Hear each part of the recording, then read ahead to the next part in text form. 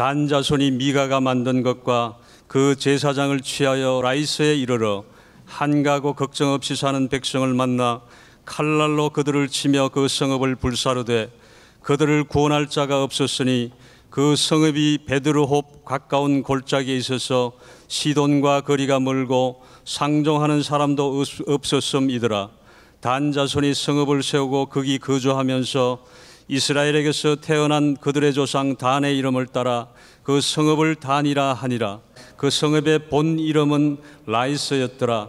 단 자손이 자기들을 위하여 그 새긴 신상을 세웠고 모세의 손자요 게르솜의 아들인 요나단과 그의 자손은 단 지파의 제사장이 되어 그 땅 백성이 사로잡히는 날까지 이르렀더라. 하나님의 집이 실로에 있을 동안에 미가가 만든 바 새긴 신상이 단 자손에 있었더라. 아멘. 해가 짧아졌어요. 그래서 아침에 하늘문 열리는 예배를 나오기 위해서 출발할 때는 전에는 밝았는데 이제는 어두컴컴해요. 그러니까 해가 짧아지고 있다는 것은 세월이 막 빨리 지나가고 있다는 것이고, 이제 더위도 주춤하지만 그마저도 이제 지나가고 이제 눈이 내리는 겨울이 다가오고 있다는 겁니다. 금년이 이제 다 지나갈 때가 되는데 곡식들은 저 들판에 가면 황금 물결을 이루고요, 과일나무는 열매가 이렇게 주렁주렁 매달렸어요. 그 아름드리 열매들을 바라보면서 또 한여름에 수박게 먹고 또 복숭아 드시면서 나는 무슨 열매를 맺었나 생각은 해보시고 사십니까? 그냥 무조건 드시기만 하고 그냥 배에다가 열매를 많이 맺도록 그렇게 하시기만 하지 말고요, 우리도 열매 없는 인생이 아니라 열매가 풍성히 맺어지는 그런 삶을 살면 참 좋겠어요. 왜냐하면 요한복음의 14장 15장에 보면 하나님께서 우리에게 열매를 많이 거두게 하시려고 우리가 기도하는 대로 응답 주신다고 했거든요. 열매가 있으면 기도에 응답이 있다는 거예요. 그래서 열매가 이번 금년이 다가기 전에 꼭 여러분들이 하나님께 약속했던 것, 내 마음을 다하고 뜻을 다하고 힘을 다하여 하나님 사랑해요 하는 그런 고백을 하면서 하나님과 연초에 약속했던 것들을 열매로 맺어드릴 수 있기를 간절히 바랍니다. 자, 이제 오늘은 미가가 만든 우상에 대한 이야기를 우리가 은혜로 나눠보려고 해요. 여러분, 우상은 왜 만들까요? 우상이라는 것은 무슨 이렇게 눈에 보이는 이렇게 신상일 수도 있어요. 아니면 마스코트일 수도 있고요, 부적이라든지 또 어떤 마음으로 이렇게 심적으로 의지하는 뭔가가 있으면 그게 우상이고요, 또 그걸 통하여 어떤 화나 어떤 손해가 나지 않도록 나를 이렇게 지켜줄 거라고 생각하는 것들, 든든한, 그래서 내가 무슨 일을 당해도 이것 있으면 괜찮아 하고 생각하는 보험, 또는 증권, 통장에 있는 돈, 이런 것들도 하나님보다 더 의지하게 되면 그게 우상인 거예요. 근데 우상을 왜 만드는가 하면 두려워서 만들어요. 그래서 보험업이 잘 되는 것은 두려움을 장사하는 거잖아요. 우리 예수 믿는 사람들은 그래서 이런 두려움을 툴툴 털어버려야 돼요. 그렇다고 무슨 보험도 들지 말고 예금도 하지 말고 이런 얘기가 아니에요. 노대책 하지 말라 이런 얘기가 아니라 그런 것보다 하나님을 더 의지하면 우리 속에 두려움이 없어지는 거예요. 하나님이 함께 하시는 자에겐 두려움이 없어요. 그래서 성경에 보니까 여호와께서 나와 함께 하시니 나는 안연하리로다 그랬어요. 하나님을 사랑하는 사람은 두려움이 없대요. 두려움은 하나님 안에 거하지 않는 사람들에게 있다는 거예요. 그래서 여러분, 예수님께서 그 풍랑이는 바다 속에 있는 제자들이 두려워서 막 바들바들 떨어요. 어떻게 살까? 이제는 다 죽었구나 이렇게 두려워하는 그들을 바라보면서 우리 주님이 물 위로 걸어오셨어요. 얼마나 급했으면 물 위로 걸어오셨겠어요. 그 오셔가지고 그 제자들한테 나타났는데 제자들은 이제 죽을 때가 돼서 유령이 온 줄 아는 거지요. 막 비바람 내리치고 깜깜한 밤에 그냥 희미하게 달빛이 살짝 비치는데 거기에 희뿌르한 그런 것이 물 위로 뭐가 막 떠서 오니까 제자들은 그게 주님이라고는 상상을 못한 거예요. 그러니까 다 두려워서 이제 우리 죽었구나, 이제 죽었구나. 우리나라의 속담에 저 무슨 제주도 밑에 있는 무슨 섬인가를 보면 그게 죽는다고, 뭐 마라도인가 뭔가를 보면 죽는다고. 그 섬이 물 밑에 있어가지고 그 섬이 보이려면 파도와 풍랑이 일어야 그 섬이 보인다네요. 그러니까 그런 큰 풍랑을 만나면 다 옛날 배들이 파손되니까 그 섬을 보게 되면 죽는다, 이런 그 두려움의 이야기들이 있잖아요. 그것처럼 제자들이 배에서 그냥 어부 생활을 그렇게 바다에서 오래 한 사람들인데도 이제 유령 나타났으니 죽었다 막 덜덜 떠는 거예요. 근데 그때 주님이 뭐라고 하시는가? 여러분 마태복음에 한번 가보실까요? 주님이 하시는 말씀을 한번 들어볼 필요가 있어요. 마태복음을 보시겠습니다. 14장이에요. 22절부터 한번 보시겠습니다. 예수께서 즉시 제자들을 재촉하사 자기가 무리를 보내는 동안에 배를 타고 앞서 건너편으로 가게 하시고, 무리를 보내신 후에 기도하러 따로 산에 올라가시니라. 저물매에 거기 혼자 계시더니 배가 이미 육지에서 수울이나 떠나서 바람이 거스림으로 물결로 말미암아 고난을 당하더라. 예수님이 이걸 다 보고 계시는 거예요. 예수님은 멀리 계시는데도 다 그 제자들의 사정을 알아요. 계속 보겠습니다. 밤 사경에 예수께서 바다 위로 걸어서 제자들에게 오시니 제자들이 그가 바다 위로 걸어오심을 보고 놀라 뭐라고 그랬다고요? 유령이라 하며 무서워하여 소리 지르거늘. 27절 우리 다 같이 한번 읽어보겠습니다. 시작. 안심하라 하나니 두려워하지 말라. 그러니까 예수님은 그 환경, 그 처지에서 두려워하는 제자들한테도 안심해라, 두려워하지 마라, 이렇게 말씀하세요. 우리가 세상에서 경제를 우리가 잘 알지 못하지만 직접 가게를 경영하거나 아니면 조그만 사업을 뭐 하다 이렇게 할 때 보면 참 어렵거든요. 그런데다가 주변에 들리는 소식은 안 된다, 힘들다, 누구도 폐업했대더라, 요즘은 정말 그렇게 폐업률이 높대더라, 이런 소리 들으면 막 두려움이 찾아와요. 직장 생활 하면서도 두려운 거예요. 내가 이러다가 직장 그만두게 되면 나는 어떻게 사나, 이런 두려움이 막 밀려오는 거예요. 여러분 풍랑이는 바다에 배 조그만 조각배 하나 딱 떠 있으면 얼마나 두렵겠어요. 막 바람이 쳐서 풍랑이 막 이렇게 휘몰아치는데, 저 한양대학교 병원 사근동 쪽인가 행당동 쪽에 있는 그쪽에 가면 그 병원에 그 몇 층에 있는지 제가 기억이 나지 않는데 그 병원 한쪽에 큰 그림이 있어요. 근데 그 그림에 선장이 조그만 배를 그렇게 키를 잡고서 이렇게 하는데 막 풍랑이 있는 거예요. 막 풍랑이, 그걸 이겨보려고 그냥 배를 이렇게 딱 잡고 있는데 그 뒤로 예수님이 그 풍랑이 있는 그 바다에서 애쓰는 그 선장의 손에 예수님이 같이 손을 딱 얹어주고 있는 그 그림이 거기에 있어요. 한양대학교는 김현준 박사가 세울 때 사랑의 행위, 행동하는 사랑, 이런 뜻으로 그 믿는 장로님이시거든요. 그래서 믿음을 가지고 이렇게 그런 걸 세놓은 것 같아요. 그런데 어찌됐든 하나님께서 우리의 형편을 아시고 무리로 걸어오셔서 내 인생의 파도를 잔잔하게 하시고 그 풍랑이는 바다에서 바람을 멈추게 하신 걸 보면, 야, 나도 내 인생에 우리 주님이 오시면 두려움이 없겠다, 이 생각이 들잖아요. 여러분 주님과 함께하면 두려움이 없단 말이죠. 그런데 우리들은 그래요. 그 주님이 옛날에는 그렇게 자주 나타나시고 많은 사람에게 그렇게 보이시더니 왜 이 근래에는 예수님이 그렇게 잘 안 나타나시나, 이런 생각 하실 수도 있잖아요. 가일 아이돌맨이라고 하는 사람이 그 글에다 썼어요. 오늘 제자의 삶이라는 책에다가 그런 걸 썼더라고. 어떤 사람이 물은 거예요. 랍비요, 왜 하나님이 옛날에는 자주 나타나시더니만 근래 요즘은 하나님이 잘 안 나타나십니까? 하고 물었더니 랍비가 이렇게 대답했다는 거예요. 옛날에는 사람들이 무릎을 탁 꿇어서 낮은 데서 보니까 하나님이 잘 보였는데 하나님이 보일 만큼 무릎 꿇는 사람들이 별로 없어서 잘 안 보이는 것 뿐입니다, 이렇게 얘기를 했다는 거예요. 그 말씀을 들어보면 예수님이 빌립보서의 말씀 이런 게 있어요. 여러분 빌립보서 말씀 한번 찾아볼까요? 2장 6절부터예요. 빌립보서 2장 6절입니다.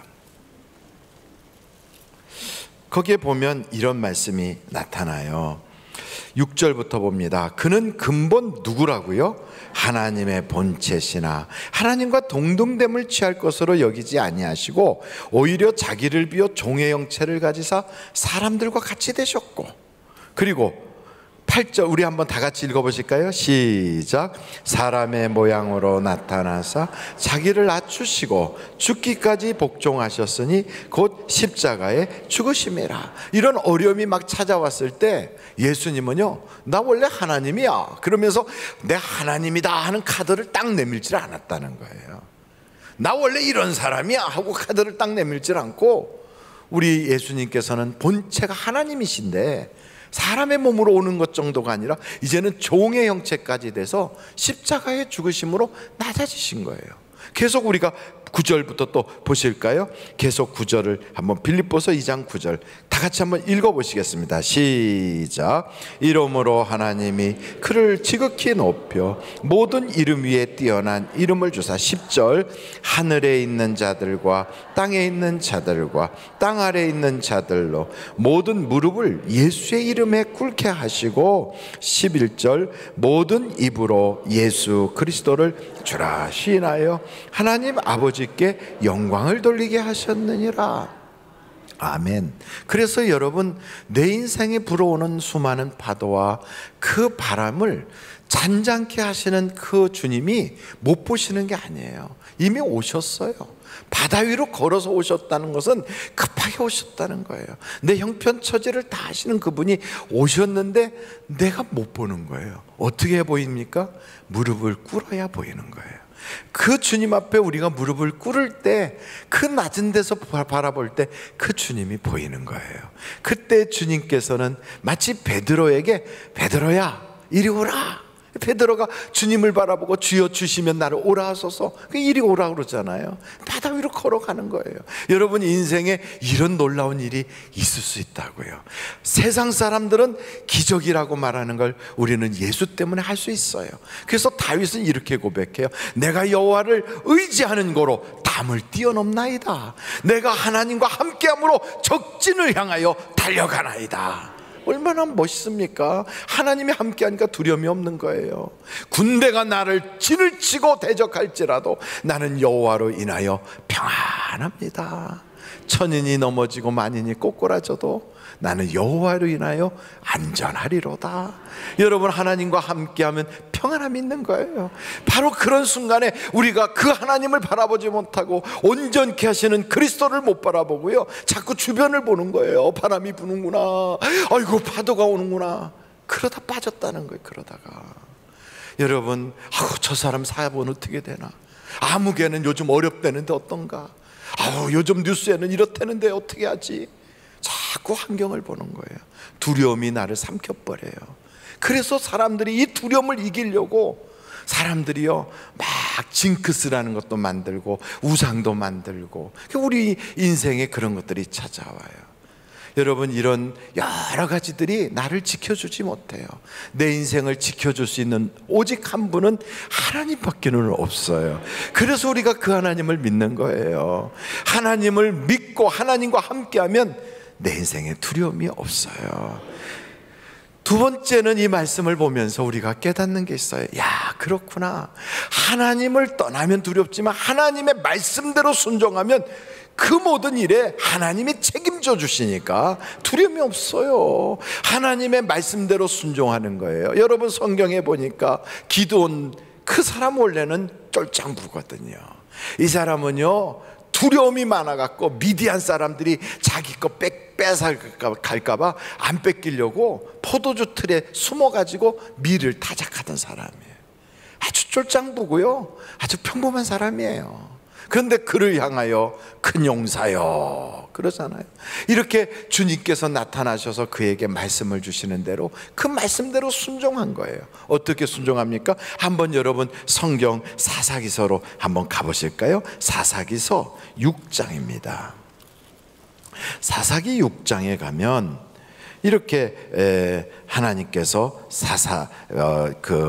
기드온에게 말하거든요. 25절이에요. 사사기 6장 25절 같이 한번 읽어보실까요? 시작. 그날 밤에 여호와께서 기드온에게 이르시되 내 아버지에게 있는 수소 곧 7년 된 둘째 수소를 끌어오고 내 아버지에게 있는 바알의 제단을 헐며 그 곁에 아세라상을 찍고 또 이 산성 꼭대기에 내 하나님 여호와를 위하여 규례대로 한 제단을 쌓고 그 둘째 수소를 잡아 내가 찍은 아세라 나무로 번제를 드릴지니라 하시니라. 이렇게 말씀을 딱 하니까 말씀대로 순종해요. 보십시다. 27절.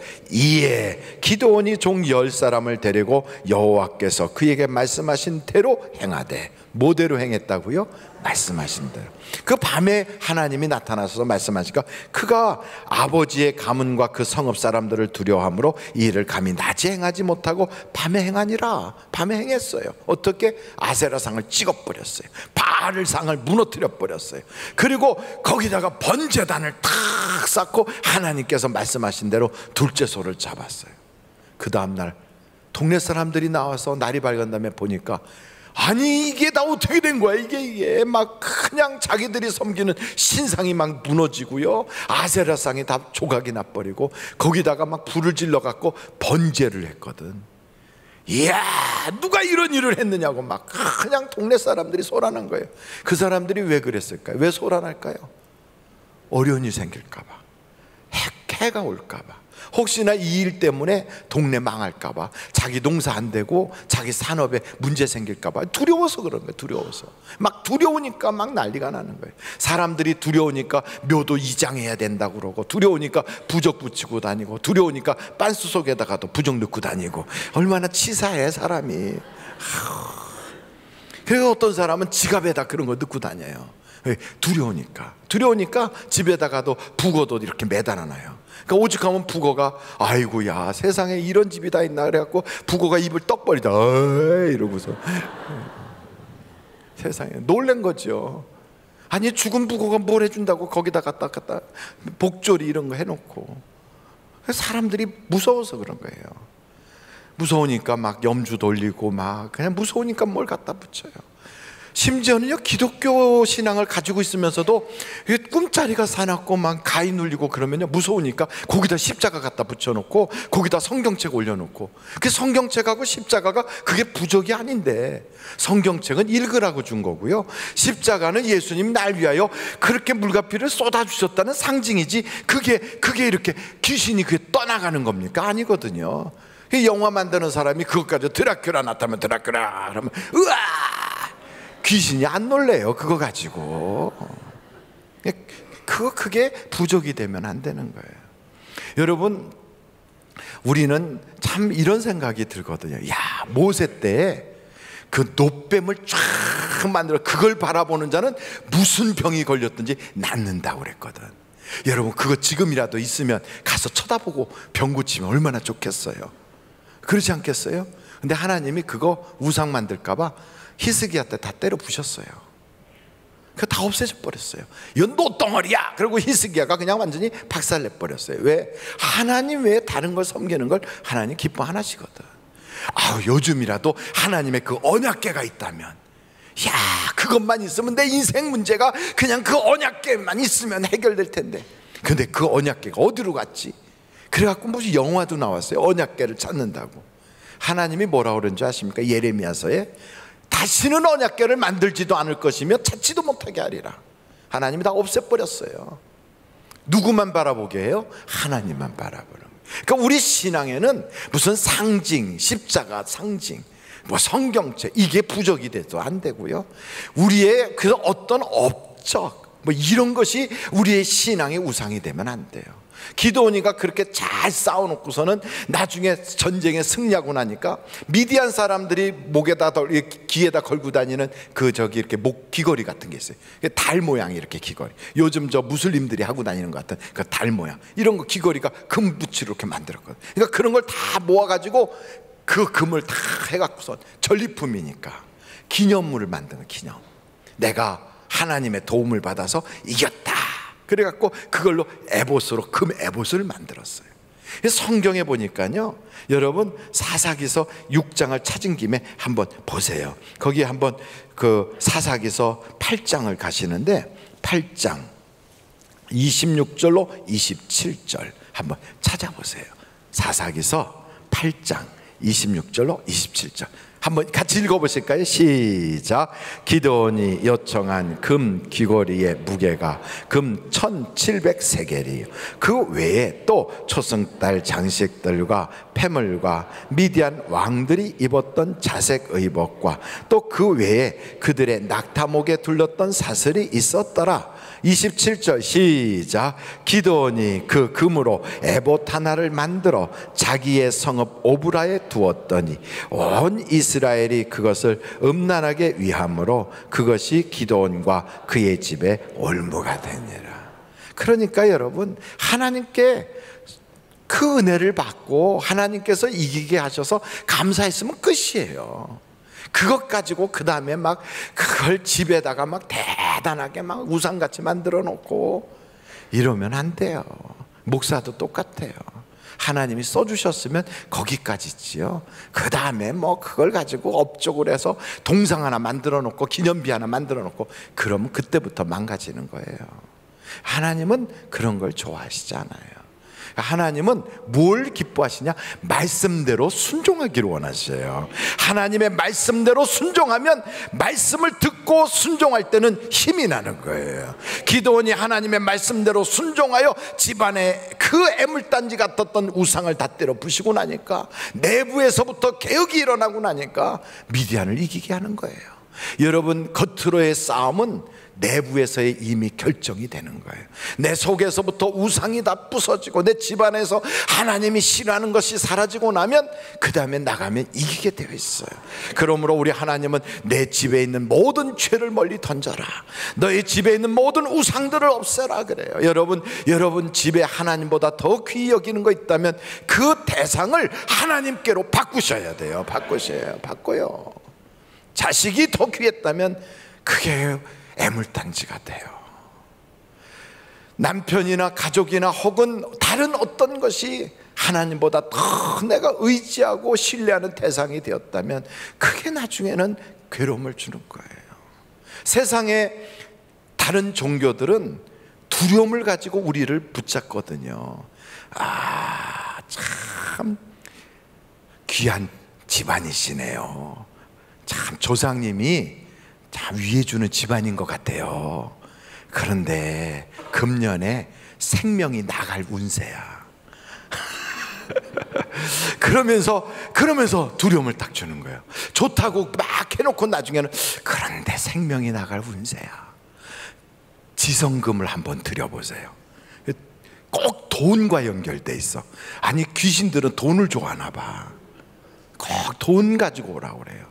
그리고 제사를 드려도 뭐 1,000만 원짜리 5천만 원짜리 제사를 드리라고 그러고, 가서 소원을 한번 써서 여기다 이렇게 집어넣으라고 그러고 39만 원 넣으라고 그러고.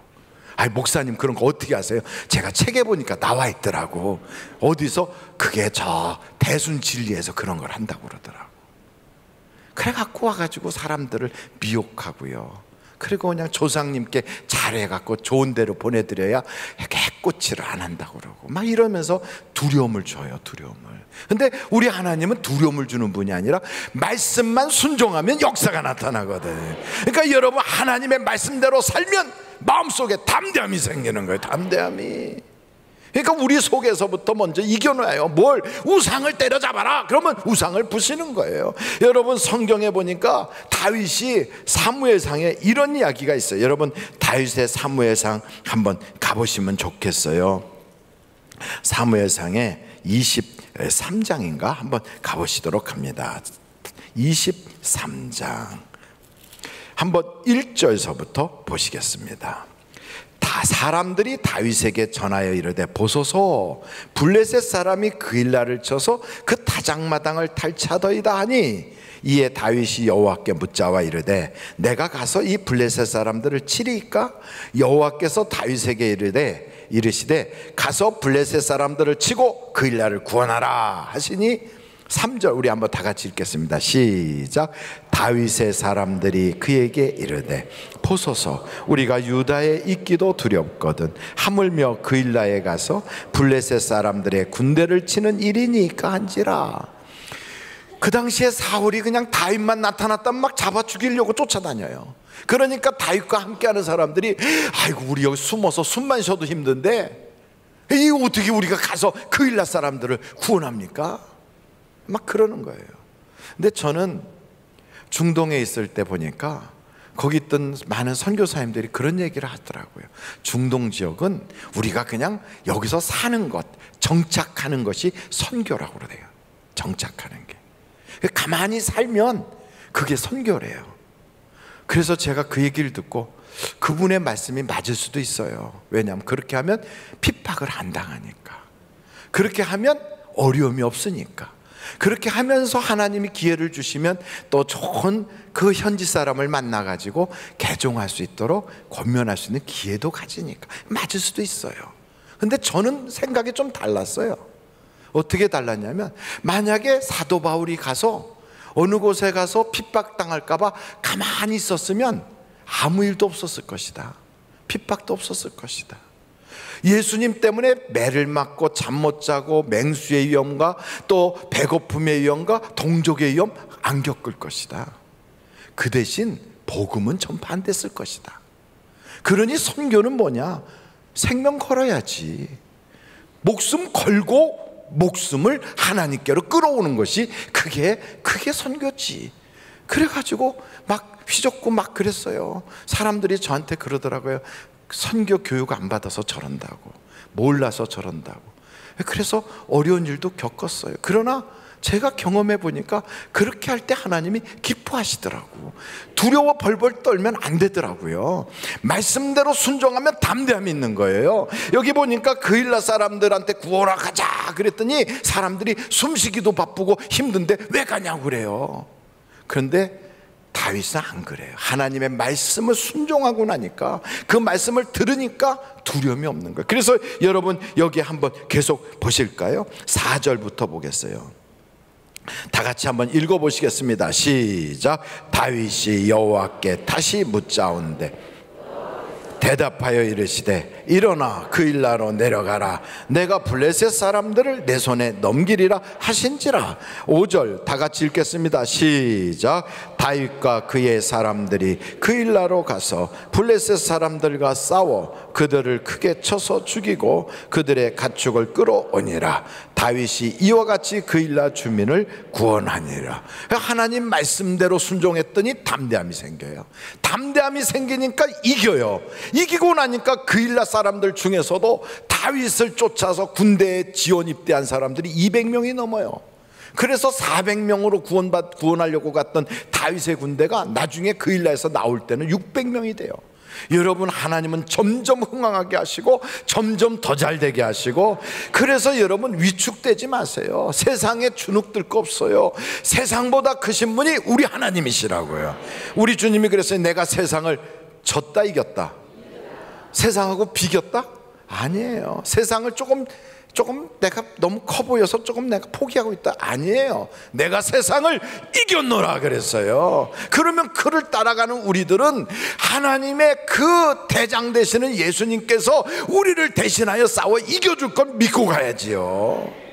우리의 대장이시고 우리의 왕 중의 왕이신 예수님이 내가 너를 위해서 싸워주겠다는데 기죽어가지고, 여리고성이 아무리 커도요, 아무리 굳건해도 하늘의 군대 장관이 딱 여호수아 앞에 나타나니까 여호수아가 그 발 앞에 무릎을 팍 꿇잖아요. 이곳은 거룩한 곳이니 내 발에 신을 벗어라. 그 말이 무슨 말이에요? 이제 너는 내 종이다 이 말이에요.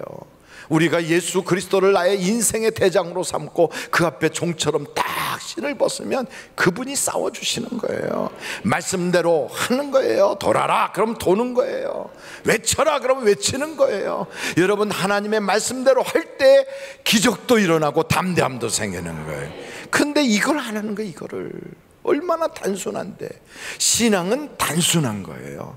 하나님의 말씀이 귀에 안 들어와서 문제인데, 지금은 얼마나 좋은 시대인지 하나님의 말씀을 기록까지 폐기까지 해놨어요.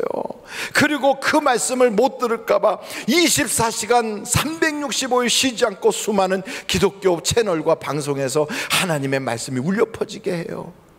그리고 바쁜 사람들을 위해서 설교 못 들을까봐 테이프도 있어, 앱도 있어. 성경 못 들을까봐 다 성우들이 멋있는 음성으로 아주 달달달하게 그거 갖고 녹음하는 걸 꽂기만 하면 나와요. 여러분 밤에 잠들 때, 아무리 바빠도 잠들 때 창세기서 1장하고 딱 꽂아놓고 면 태초에 하나님이 천지를 창조하셨는데 한 2절 3절만 가면 벌써 코 골고 자다가 중간에 눈 뜨면 이삭이 누구를 낳고 이렇게 나가면 또 다시 자다가 또 일어나면 그 다음에는 한참 지나면 요셉이 팔려가냐 이렇게 나오는 거예요. 그리고 하룻밤 자고 눈 딱 뜨면 창세기서 50장까지 가 있어. 얼마나 신나는 시대입니까? 이런 세월을 살면서도요 말씀을 안 들으려고 그래. 하나님이 우리를 사랑하셔서 수없이 많은 하나님의 사자들을 보내셨다고 그러는데 그 말씀을 듣고 깨닫고 감동되면 우리 마음속에 얼마나 큰 담대함이 일어나겠어요. 여러분 하나님의 말씀이 있으면 그곳에 기적이 나타나는 게 기적이에요.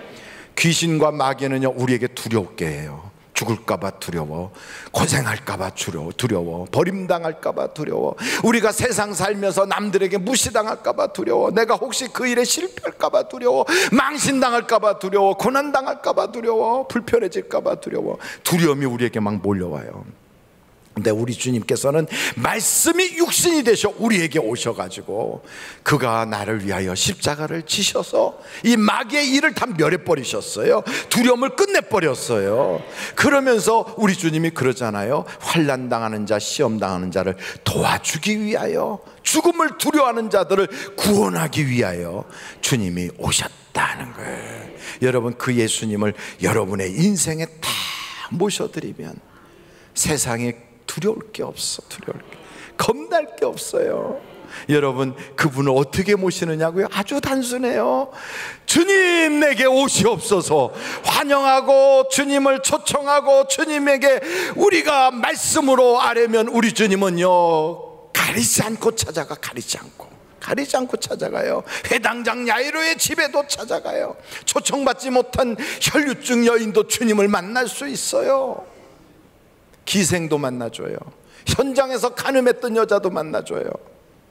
살인강도로 남들이 저놈은 죽일 놈이야 하는 그런 포악한 사람도 우리 주님이요 차별하지 않고 만나주세요. 우리 주님은 학력 보지 않아요. 우리 주님은 우리의 체력을 보지 않아요. 우리의 과거를 안 봐요. 집안도 안 봐요. 우리 주님은요 우리를 마치 자식을 대하듯이 사랑의 눈으로 우리를 바라본다고요. 사랑의 눈으로. 찬양도 있잖아요. 나의 작은 신음까지도 응답하시는 하나님. 그 하나님께 여러분 기도해 보세요. 기도할 수 있는데 왜 걱정하십니까? 기도하면서 왜 염려하십니까? 주님 앞에 간구하면 그 주님은 지금도 물 위로 걸어오세요. 지금도 풍랑을 밟고 내게 찾아오세요. 여러분 그 주님을 체험하십시오. 그런데 중요한 게 있어요. 목사님 나는 기도하는데 안 돼요. 나 그렇게 기도 많이 했는데 주님이 나는 제외시켰나 봐요. 이상하게 내 기도는 응답이 없어요. 전에도 기도했었는데요 그때도 응답 못 받았어요. 그래서 기도할 힘을 잃었어요. 이런 분들이 계시더라고요. 그런데 여러분 우리는 주변을 이렇게 돌아보잖아요. 저 봉은사 앞에 가도요 100일 기도 써 있어요. 100일 기도. 여기 가다 보면 구룡산가 거기도 기도 도량 이렇게 써 있어요. 절간도 기도하더라고요. 천도교도 기도하고 증산도도 기도하고 하여간 온갖 종교란 종교는 다 기도해요. 기도 안 하는 종교가 없어요. 그럼 그들의 기도와 우리가 무슨 차이가 있느냐? 대상만 바뀌었어요? 아니에요. 근본적으로 달라요. 그들은 그들의 기도가 자기의 의와 노력과 행위를 의지하는 기도예요. 내가 100일 동안 기도했으니까, 내가 엎어지면서 막 벌려가면서 천번을 엎드렸으니까, 내가 이렇게 정성을 다해서 이렇게 큰 돈을 들이며 기도했으니까, 내가 초를 켰으니까, 전부 다 행위를 의지해요. 근데 우리 기독교는 안 그래요. 예수의 피로 우리는 기도할 힘을 받는 거예요. 여러분, 놀라운 사실 하나 알려드릴까요? 하나님은요, 죄인의 기도 안 들어주세요. 아까는 그저 현장에서 가늠한 여자나 아니면 강도질했던 사람도 들어줬다며. 그렇지요. 그런데 하나님께서 용서를 해준 다음에 들어주는 거예요. 용서해 준 다음에. 그러니까 우리 주님이 그러잖아요. 내가 눈이 어두워서 못 보는 거 아니야. 너 형편 그거 내가 못 보는 게 아니다. 내 손이 짧아서 너 거기서 건져주지 못하는 거 아니다. 내가 귀가 어두워서 너의 그 신음소리를 못 듣는 거 아니야. 너하고 나 사이에 담이 있어. 담이. 아니 목사님, 그런 게 어디 있어요? 이사야서 59장 1절부터 2절에 이렇게 쭉 나와요. 그걸 어떻게 해결합니까? 그 죄의 문제는 해결하는 방법이 다른 걸로 안 돼. 피 흘림이 없은즉 죄사함이 없어요. 그래서 날 위하여 십자가에서 예수님이 물과 피를 쏟아주셨어. 이 세상에 어떤 종교가, 그 교주가, 어떤 저들이 말하는 옥황상제는, 또 자기들이 말하는 어떤 신앙의 대상이 우리를 대신하여 피 흘려주신 대상이 있습니까? 날 위하여 구원자를 보내준 적이 있습니까? 날 위하여 그들이 희생의 그런 제물이 된 적이 있습니까? 없어요. 오직 예수님만이 제물이 되어서, 그분만이 내게 그 죄를 위하여 피를 흘려주셨어. 그래서 우리는요, 기도를 그냥 하는 게 아니에요. 회개하고 기도하는 거예요. 회개하고 예수의 보혈의 피를 의지하여, 하나님 나는 죄인입니다. 하나님 나는 불의한 자였어요. 하나님 나는 의가 없는 자입니다. 나는 죄인입니다. 그러고 주님 앞에 회개하고 참회하고 예수의 피를 의지하고 나면 그 피로 싹 씻어주셔서 이제는 의인이다 그래요. 의인은 없어요. 그러나 주님이 의롭다고 인정하시면 의인이 되는 거예요. 하나님은 의인의 기도를 들어주시거든. 그때 기적이 나타나고 그때 응답이 오는 거예요. 그래서 사랑하는 성도 여러분, 우리는 예수님의 말씀을 믿고 예수님을 의지하고 그분과 함께하면 두려움이 없어요. 우상이 필요 없어요. 이 세상에 또 다른 어떤 부족이 필요 없어요. 의지할 대상이 필요 없어요. 하나님만 있으면 되는 거예요. 그 예수로 인하여 여러분 기도에 응답 받으시고, 그 예수로 인하여 인생의 행복을 맛보시는 여러분 되시기를 주님의 이름으로 축원합니다.